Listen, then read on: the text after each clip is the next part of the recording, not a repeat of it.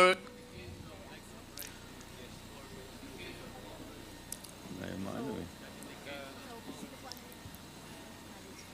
Congressman Marcoleta, let us, the chair recognizes Congresswoman may I Castro. ask, Mr. Please Chair? proceed, Congresswoman Castro. Mr. Chair, may I ask the action of the committee first on my motion, Mr. Chair, before we entertain? We will rule on the Okay, motion first. okay. Is there any second to the motion? Mr. Chair, may I be recognized first? Duly seconded.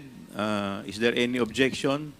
Mr. Chair, Hearing none, the motion is I was carried. recognized Mr. Chair. earlier before any action may be taken by the court, by the chair. Why is it that I am not allowed to speak? Congressman Marcoleta, there is a pending motion. We just acted Yes, on the but pending before motion that first. motion can be taken up, because this is about the liberty of an individual. May I be heard? Yes, you will be heard, Congressman Marcoleta, but we just acted on the motion. Now, Congresswoman Castro, please, could you please answer the query of Congressman Marcoleta? I have not yet asked the question, Mr. Chair. Okay, I am please trying to continue. explain my point.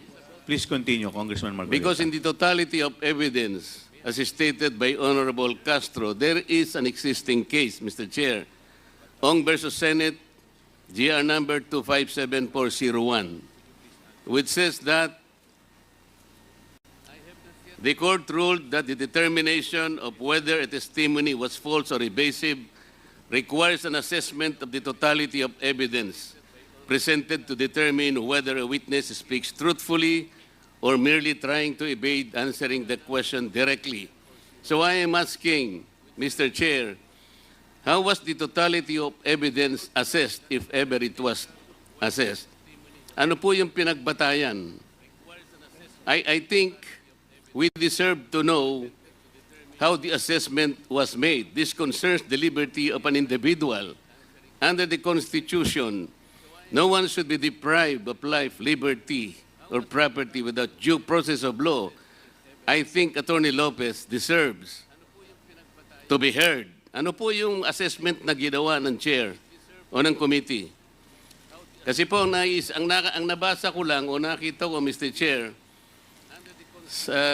Attorney Lopez wrote the COA explaining the position of the OBP that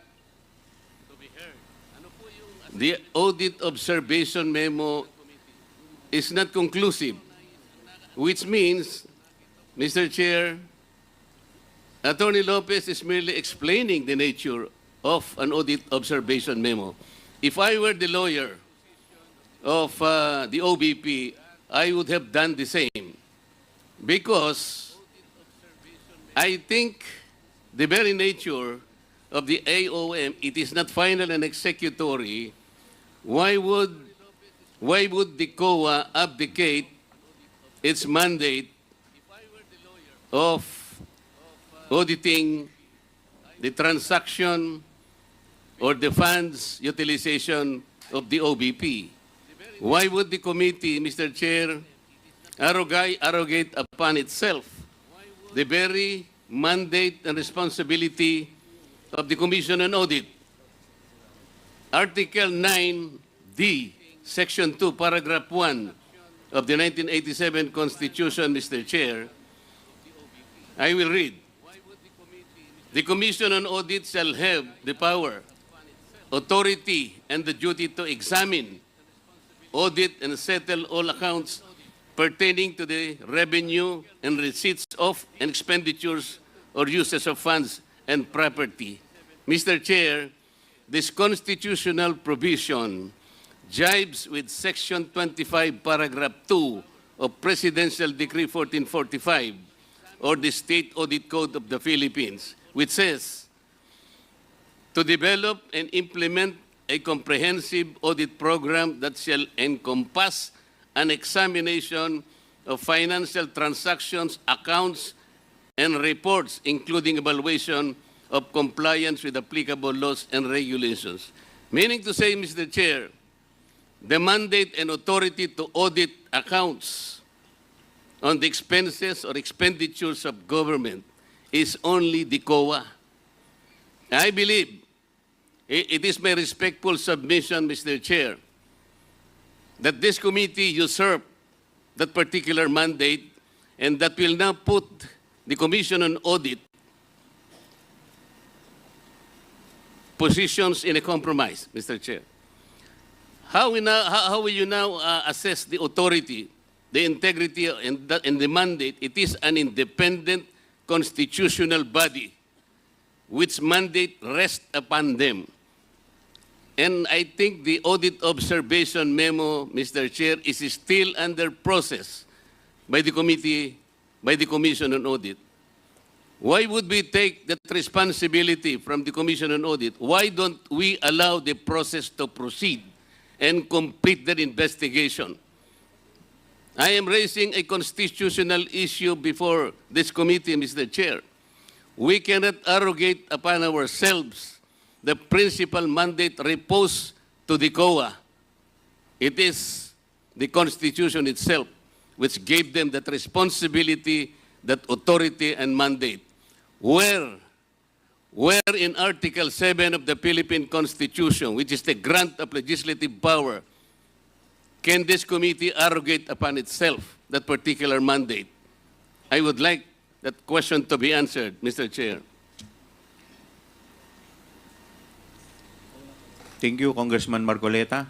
The Chair would like to recognize the Honorable Congressman Paduano. Thank you, Mr. Chairman. Mr. Chairman, just to clear it out with regards to the jurisprudence that's cited by the Honorable Marcoleta with regards to Ong versus Senate, that is true. No, that the resolution of the Supreme Court favors Lincoln Ong, but that is a question of due process because Lincoln Ong that time was cited in contempt.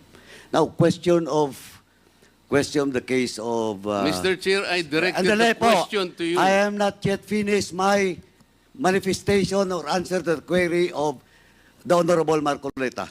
Mr. Chairman. Mr. Please Chair, wait was to be the recognized. Honorable... Congressman Marcoleta, wait to Chairman. be recognized. Mr. Chairman, I have all Mr. the right. Chair, Paduano, you the have this. question was addressed to...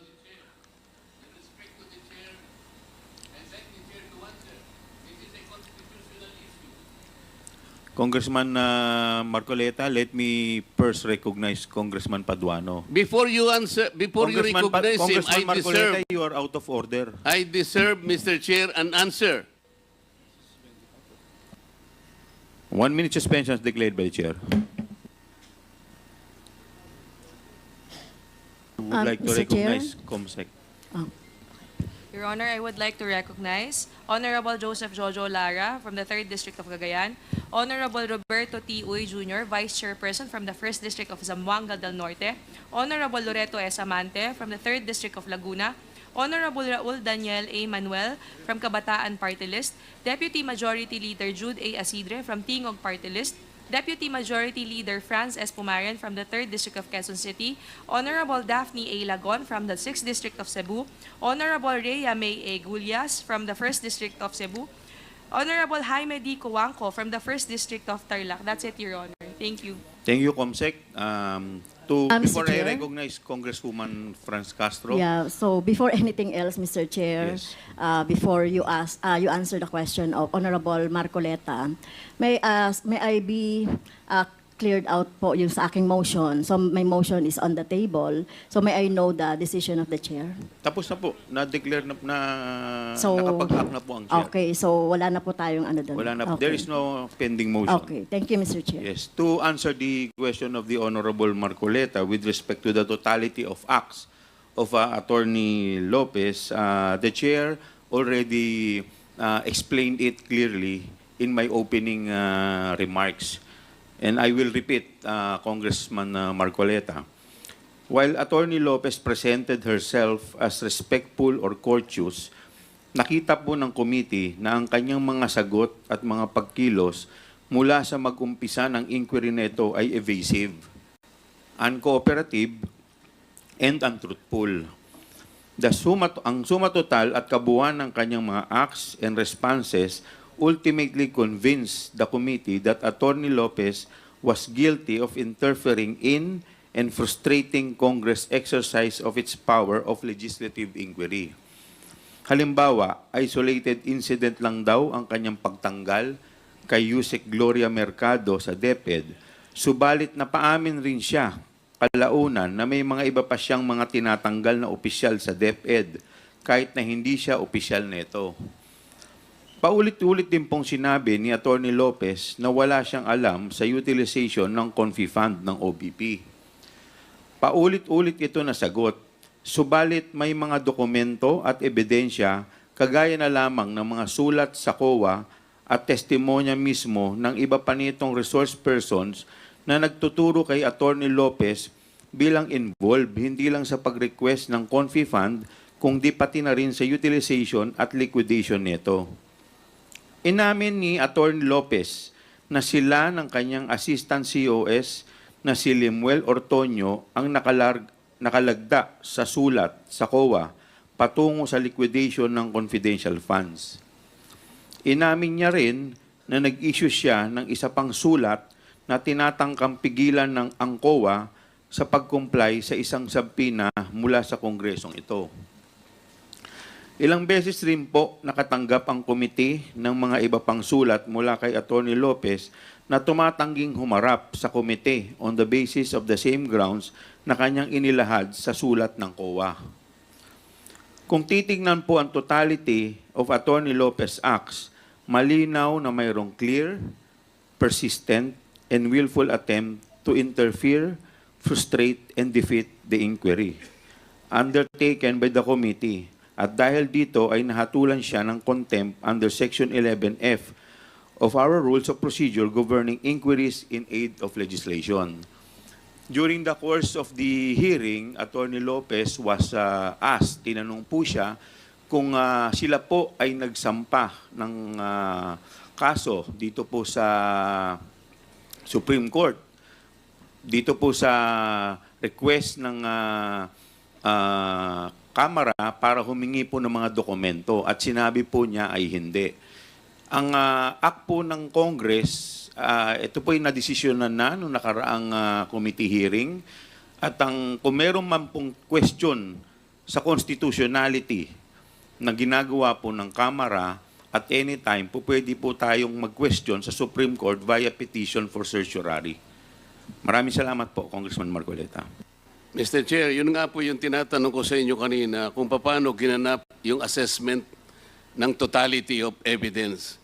Sapagkat kung napansin po ninyo, isinama po yung di umano ay pagtatanggal ng ibang kawani ng DepEd na wala yatang ang pagkakatingin ko po sa mga minutes ay wala pong due process na pinagtatanggal po sila. Isa po yun yata sa ebidensya na ipinasok ninyo sa totality. Tama po ba?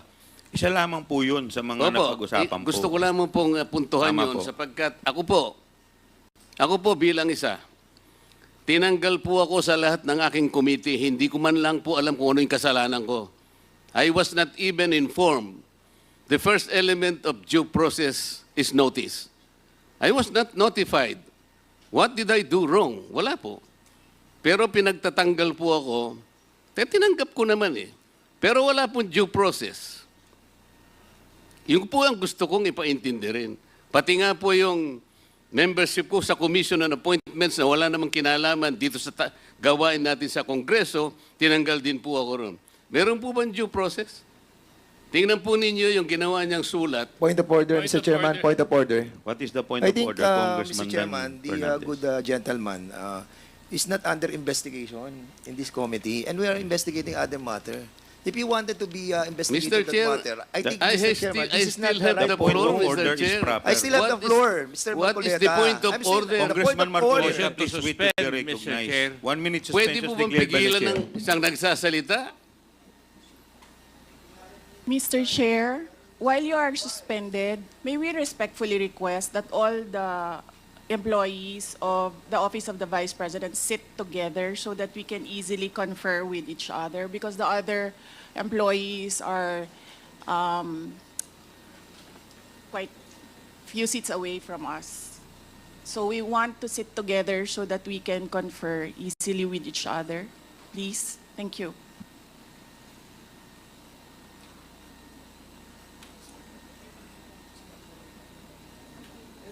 Point of order. is the second highest motion. So he has to respect it, the point of order of, no. May I proceed, Mr. Chair? The point of order is the second highest motion in the House. Mr. Chair, May I continue, Mr. Chair?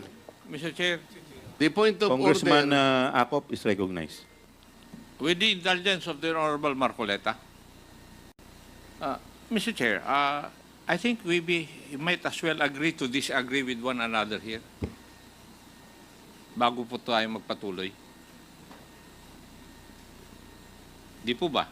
Yes, I agree, Congressman Acop. So, we follow our rules. The Honorable Marcoleta is a member of this Congress, so he knows the rules and he is obligated to follow the rules. Otherwise, he'll be declared out of order and be taken out of this room. So, for all of us, members of Congress, let's follow the House rules. That's why they are there, for orderly proceedings. Thank you, Mr. Chair.